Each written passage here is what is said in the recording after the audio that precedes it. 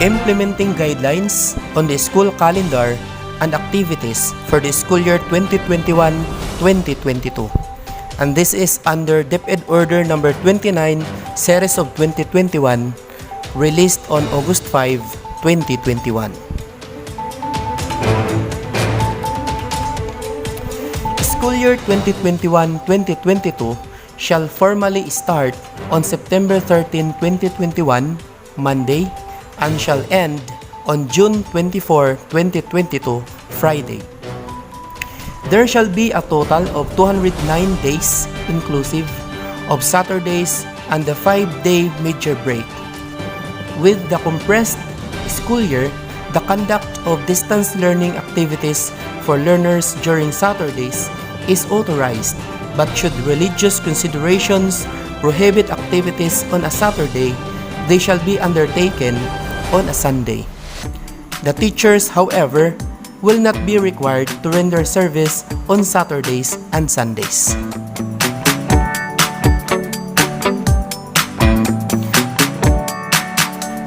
The conduct of face-to-face classes, whether in partial or full scale, will not be allowed unless permitted by the Office of the President.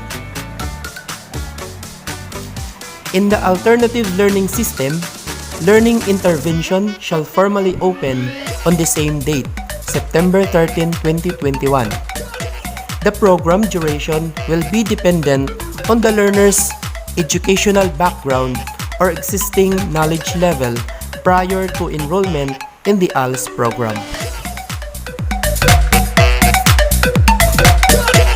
Private schools and state local universities and colleges, SUCs, LUCs, offering basic education have the choice to implement or deviate from this school calendar. They may begin classes not earlier than the first Monday of June and not later than September 13, 2021, pursuant to the Republic Act 11480. Any deviation from the school calendar shall be reported to the respective regional offices in advance, along with the following documents: the school's plan for compliance with minimum health standards issued by DepEd, consistent with guidelines of the Department of Health, the Interagency Task Force for the Management of Emerging Infectious Diseases, and the Office of the President.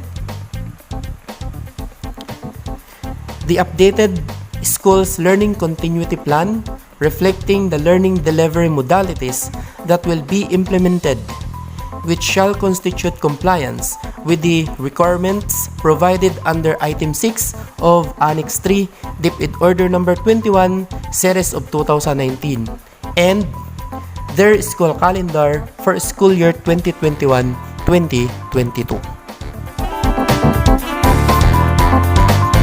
In preparation for the opening of classes for school year 2021-2022, the schools shall conduct the following activities: enrollment, which shall be held from August 16, 2021 to September 13, 2021. A separate set of guidelines on enrollment for school year 2021 and 2022 shall be released, and Brigada Eskwela and Oplan Balik Eskwela to be held on announced dates, which shall focus on information campaign, preparations, and strengthening partnerships that complement the department's effort to ensure quality basic education. The Basic Education Learning Continuity Plan, BELCP, as contained in the DO number 12, Series of 2020, entitled Adoption of the Basic Education Learning Continuity Plan for School Year 2020-2021 in the light of the COVID-19 public health emergency, shall continue to provide guidance on the delivery of basic education for school year 2021-2022. The health, safety, and well-being of all learners, teachers, and non-teaching personnel shall remain as the utmost priority of the department.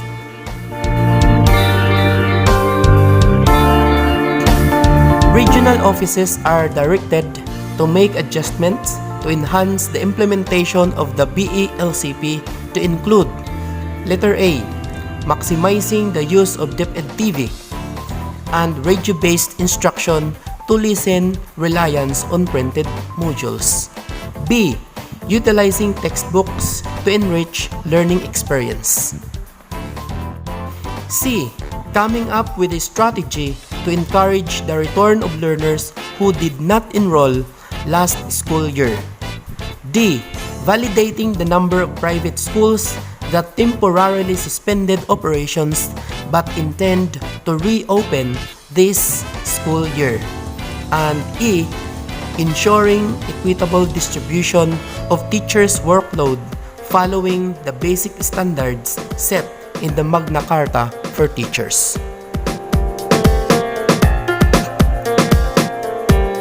The most essential learning competencies, MALCs, shall continue to apply for the school year 2021-2022. Similarly, assessment of learning shall follow DO number 31, series of 2020, entitled Interim Guidelines for Assessment and Grading in light of the Basic Education Learning Continuity Plan. As provided in DO number 29, series of 2018, entitled Policy on the Implementation of Multi-Factored Assessment Tool, IMFAT, IMFAT shall be administered to grade 1 learners a month after the opening of classes. The results will be used as basis for instructional planning and for formulating appropriate intervention strategies for learners who exhibit development advancement or delays or who show manifestations of learning disabilities. Schools may observe national and local celebrations or activities and holidays other than those indicated in enclosure numbers 2 and 3, provided that activities are beneficial to the teaching-learning process and that the total number of class days is not compromised. Regional offices may issue a supplemental calendar to reflect their local events. Curricular and co-curricular activities shall be conducted virtually in compliance with community quarantine guidelines.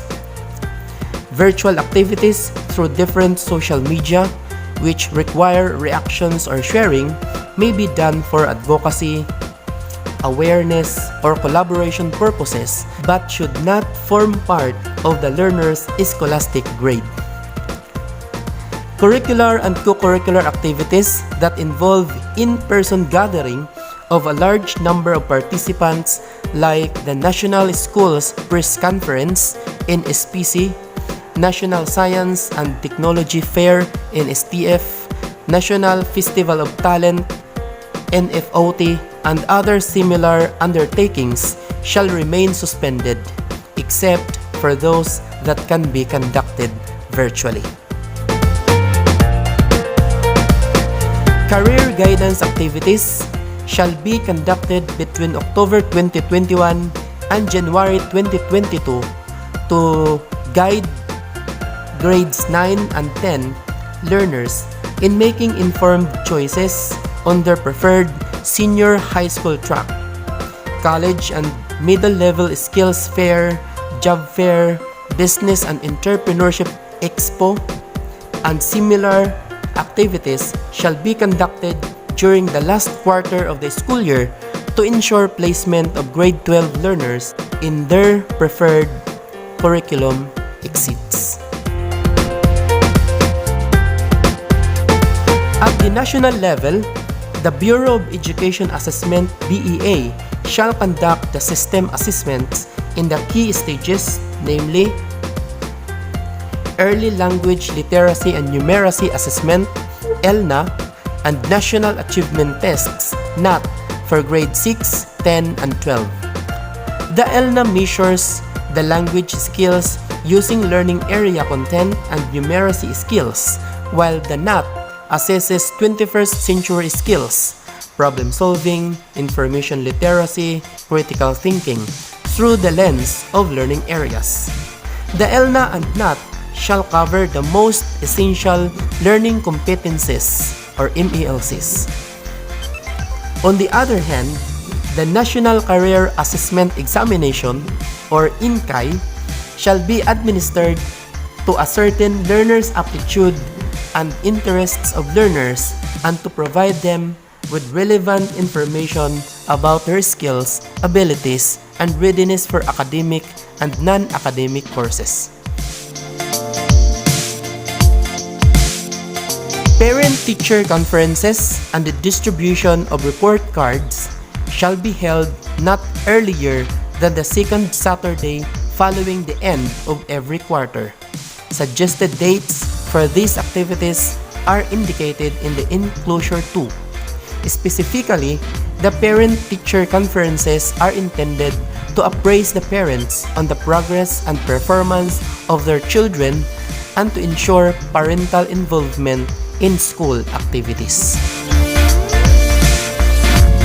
In adherence to DepEd Order No. 14, Series of 2021, those who missed learning activities due to class suspensions brought about by various disruptions shall be accorded due consideration in the completion of their learning tasks.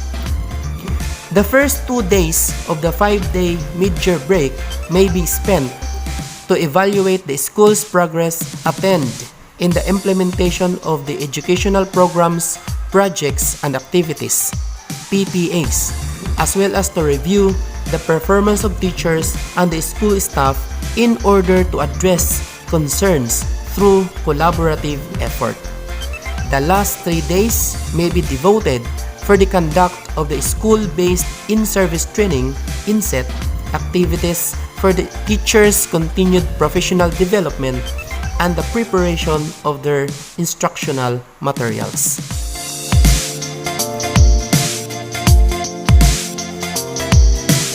A General Assembly for stakeholders shall be conducted at the start of the school year, midway through the year, and at the end of the school year. Orientation shall be done a week before the start of the school year. It should cover the curriculum, co-curricular programs, and ancillary services to support learner development and the continuous improvement of school outcomes. Mid-year and year-end General Assemblies shall be held to present the school report card, SRC, and consult the Assembly on how to achieve the school's vision, goals, and objectives. Schools shall decide on the mode of carrying out the said activities in compliance with the health, social distancing, and applicable quarantine protocols prescribed by the DOH and IATF. The Christmas break shall begin on December 20, 2021, Saturday. Classes shall resume on January 3, 2022, Monday. The remedial advancement classes for public schools shall start on July 4, 2022, Monday, and shall end on August 12, 2022, Friday. And here is the enclosure 2, which is the monthly school calendar of activities for the school year 2021-2022.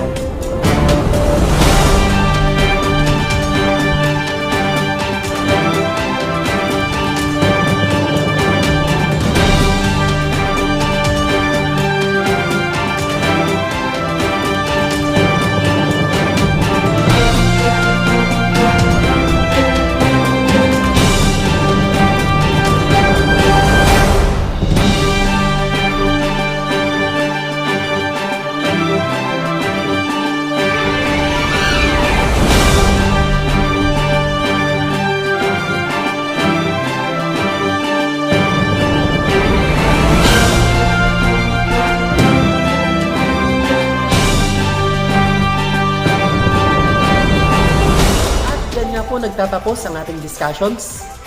Nararapat lang po na ibahagi natin sa iba ang ating mga natutunan.